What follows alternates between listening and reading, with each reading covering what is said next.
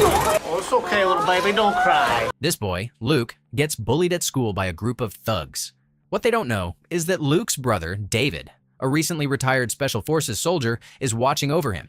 I want you to show me who hit you yesterday. What are you gonna do? When David finds out what's been happening, he asks Luke to point out the ones responsible. Most of them give me a hard time. Determined to teach them a lesson, David takes Luke to follow the bullies to a bar. David calls over the bartender and orders a fireball cocktail packed with chili peppers. Then, for each of the bullies' girlfriends, he orders a drink as well. Shots for the ladies and a cosmopolitan for each of the guys.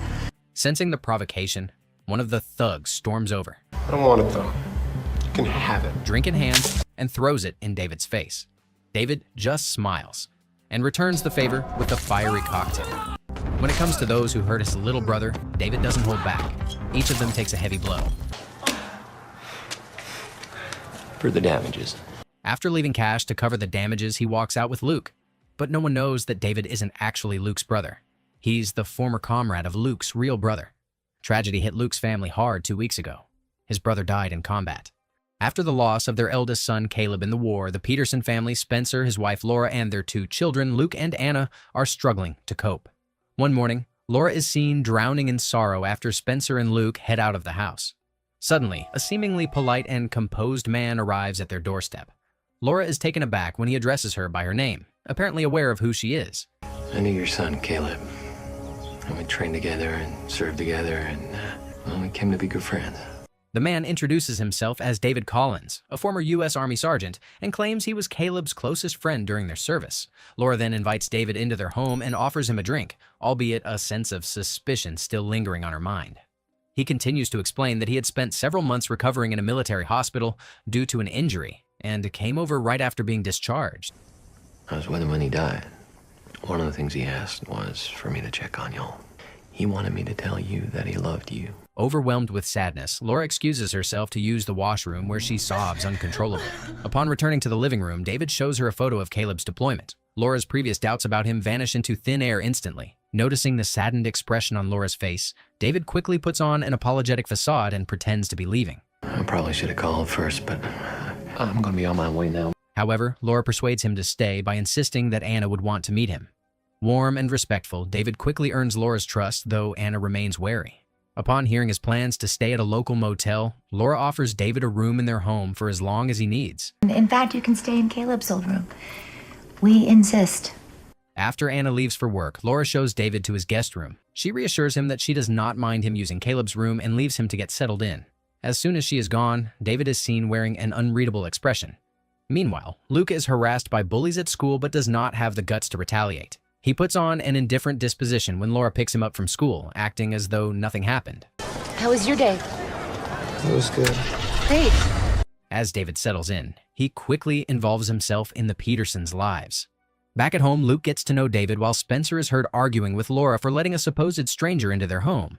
You know what? What if he has the PTSD or whatever it's called? Some of these guys come back with mental health problems, Laura. He is worried that the soldier's friendly demeanor masks a darker, unstable side often seen in veterans suffering from PTSD. Meanwhile, David notices the bruises on Luke's face inflicted by bullies at school, but the latter shrugs it off casually. Yeah, I got hit with a football in gym class. After having a brief exchange with David, Spencer storms off in rage, and Laura urges Luke to do his homework. David praises Luke for his intellect as he helps the boy with his homework, making him feel flattered. So you're kind of smart, huh? I guess so. Soon, Anna returns home from work but remains cold toward David. On the other hand, Spencer's attitude toward their guest has evidently changed for the better. Late at night, the duo shares a deep conversation over beer and a football game. As Spencer unwittingly pours his heart out to David, the latter learns that he is facing finance and job-related stress. He's only been there for what, like 4 years, but he's got a degree. So boom, suddenly he's regional manager. Spencer is unsatisfied that his young colleague, who has only joined the company for a short time, is the one promoted to regional manager instead of him, just because he doesn't have a degree. Laura's worries about their finances aggravates the situation further. When David reveals his plan to travel to Florida and work in construction, Spencer immediately objects to it and asks him to prolong his stay with them. That's crazy. You don't know where you're going. Stay here for a couple more days. By then, Spencer has started to take a liking towards David. While the older man gets himself another beer, the expression on David's face darkens. It did not take long before David became a supportive figure in the family. He even goes to pick up Luke from school on Laura's behalf and solves his big problem of school bullying, earning Luke's complete trust. On the other hand, David's bond with Anna is more complicated. That evening, Laura forces Anna to take David with her to a Halloween party. While getting ready for the party, Anna assumes Luke is occupying the washroom and urges him to come out, only to come face to face with a half-naked David. Stunned by his perfect figure, she stutters, blushing uncontrollably. Although reluctant, Anna brings David along to the party hosted by her friend, Kristen. When she reveals that she has a boyfriend, Zeke, he promises to keep it a secret between them. I won't say anything. It's none of my business. David quickly impresses her friends with his good looks. While Anna sneaks away with Zeke, Anna's friend Kristen is accosted by her aggressive ex-boyfriend, Drew. David intervenes and protects her by beating up Drew. Get him out of here. Impressed by him, Kristen later sleeps with David, unaware of his dark side. During the party, David also inquires about buying firearms from Anna's friend, Craig. When asked why he needed it, I'm a soldier, man. I like guns. he then notices that Anna and Zeke are in the midst of a fight. Evidently in a bad mood, Anna decides to leave early, and David takes the initiative to take the wheel. On the ride home, Anna expresses frustration about her boyfriend Zeke's lack of ambition while she has been saving for college. He just isn't moving on. I mean, he doesn't even have a job. David flatters her, saying he would not have gone to war if he had a girl like her. Hell, if I had a girl like you back home, I wouldn't have gone over to the Middle East to get shot at. Touched, she offers to make him a mix CD when he expresses interest in a song on the radio. Upon returning home, Anna gets immersed in music and her thoughts as she creates the mix CD for David as promised. Unbeknownst to her, the man is sitting motionless in his room with a grim, almost frightening look on his face.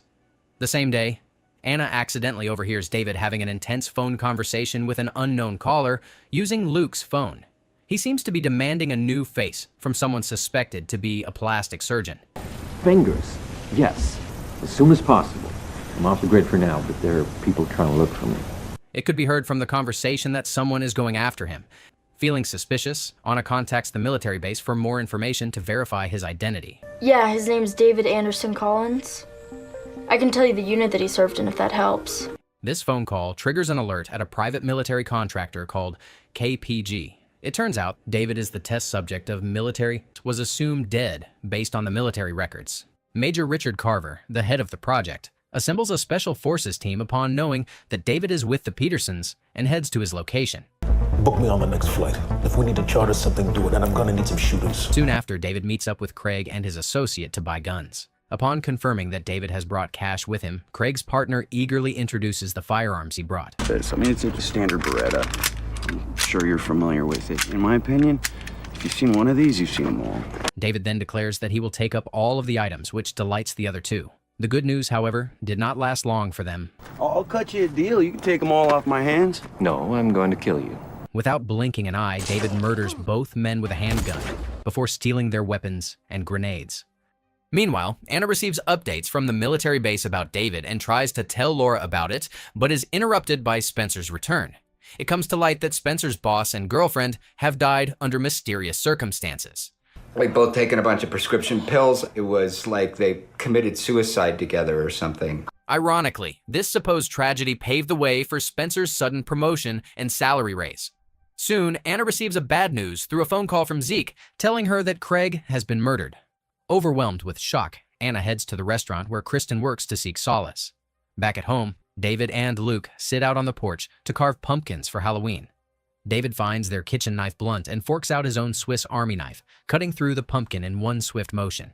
Do you carry that with you, like, all the time? Well, this thing? Sure. At the restaurant, Anna shares with Kristen the shocking information she received from the military. They told me that David Collins died a week ago. David Collins supposedly died a week ago, his demise caused by a fire in a military hospital in Arizona. These disturbing coincidences build Anna's suspicions further, and Kristen suggests she ask Luke to look up the numbers David has called on his burner. With the pumpkins carved up, David and Luke get back inside the house. The former encourages Luke to defend himself against the bullies by bringing a knife to school. They take it off you and beat you up. You go around their houses at night and burn them down with their families inside. What's the worst they can do? He then gifts Luke a Swiss Army knife. Right then, Anna returns home, pretending as though nothing happened. casually striking up a conversation. As she walks past them, Anna discreetly picks up David's phone when they are not looking and quickly retreats to her room.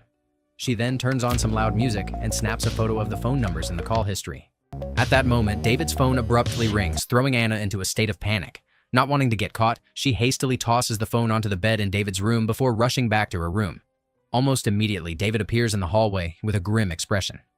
Tracing the subtle phone ring, he marches to his room and picks up the phone as a deep-seated suspicion rises in him. David lingers outside Anna's room in an attempt to eavesdrop, but all he hears is loud music blasting through the door.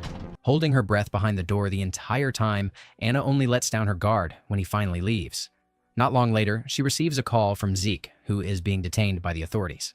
It turns out that he is convicted of killing Craig and his partner, as the gun used in the killing was found in his van. But you're innocent. And then they searched my room and they found some other stuff. Filled with despair, Anna feels that the world around her is collapsing, and it all begins with David's appearance.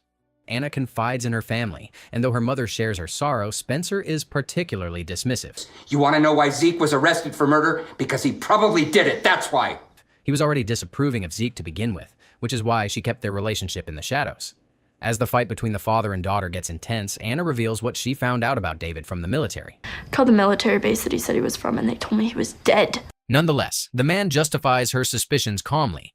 That's military intelligence for you.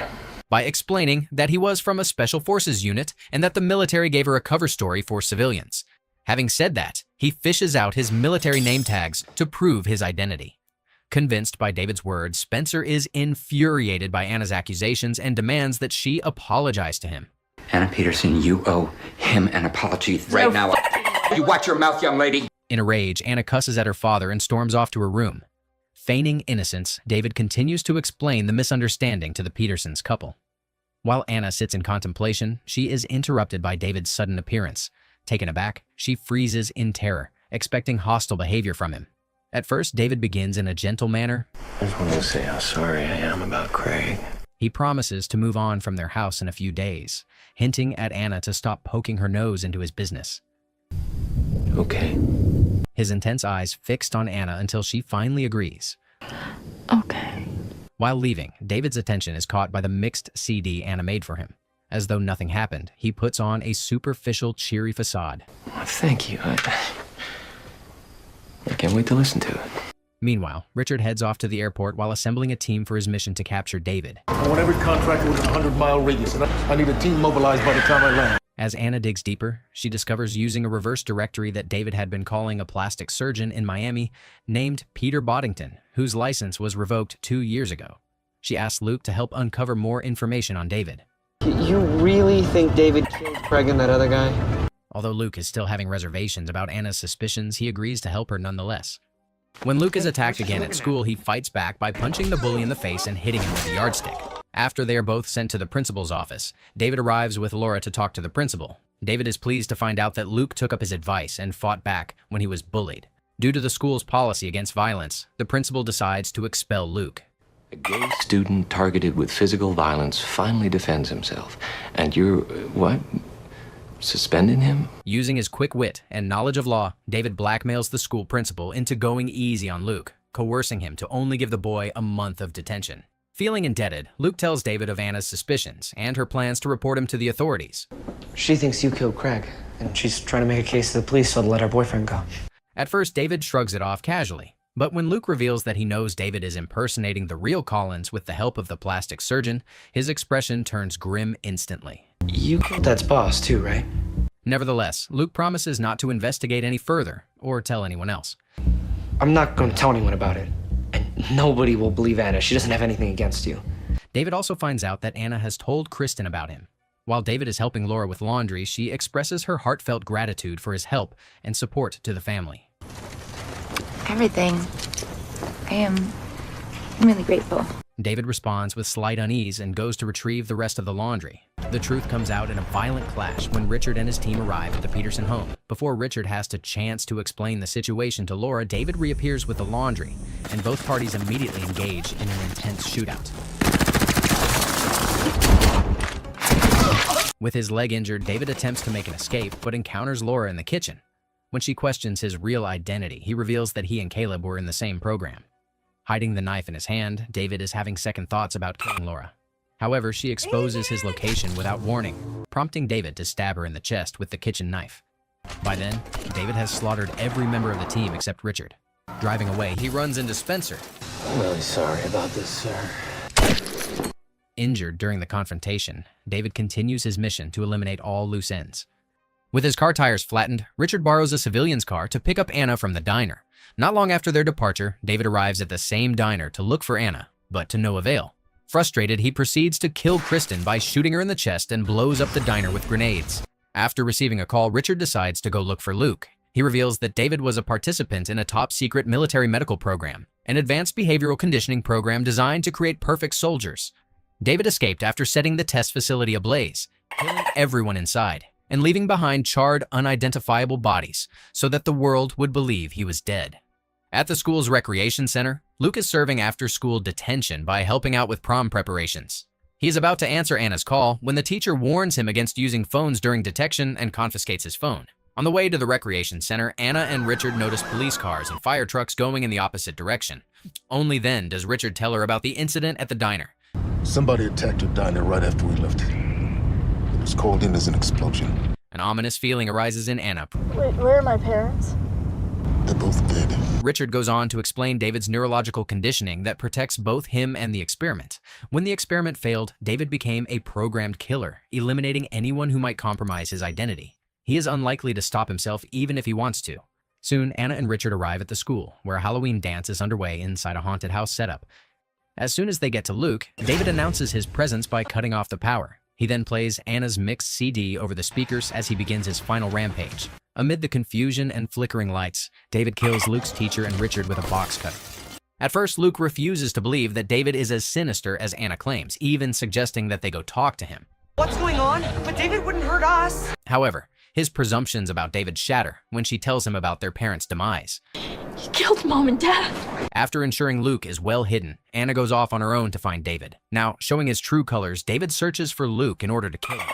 Come on out, buddy. I'm not gonna hurt you. Just when Luke thinks he's about to get caught, David gets distracted by some noise from afar. He follows a blood trail from the spot where Richard's gun had been and finds Anna standing behind him. You killed my parents.